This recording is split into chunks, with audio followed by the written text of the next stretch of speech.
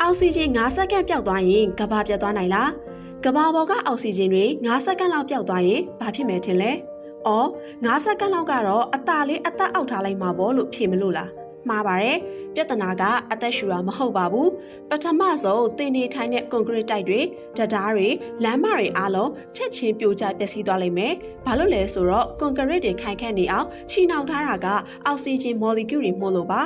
နေကင်းကြောင်တောင်ကြီးကနေကောင်းကင်ကြီးတစ်ခုလုံးမဲမှောင်သွားပါလိမ့်မယ်အလင်းရောင်ဖြာထွက်ဖို့လေထုမရှိတော့လို့ပါနောက်ဆုံးတော့ကမ္ဘာပေါ်မှာရှိတဲ့လူတိုင်းရဲ့နားစီတွေချက်ချင်းပေါက်ကွဲသွားပါလိမ့်မယ်လေထုဖိအား21ရာခိုင်နှုန်းရုတ်တရက်ပျောက်သွားတာမို့လို့ရှင်နဲ့ထဲရုတ်တရက်ကျသွားသလိုခံစားရမှာပါအဆိုးဆုံးကတော့ကျမတို့နေနာတဲ့မြေကြီးပါ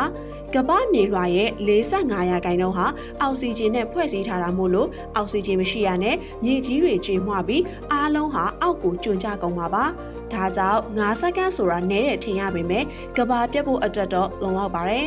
အခုလိုဘ ഹു တုတရဖွယ်ရာအကြောင်းအရာတွေကိုအမြဲတင်ဆက်ပေးတော့မှာမို့လို့သိလွယ်ရာ channel လေးကို follow လုပ်ပေးခဲ့ကြပါအောင်နော်အဆုံးထိကြည့်ပေးရတဲ့အတွက်ကျေးဇူးတင်ပါတယ်ရှင်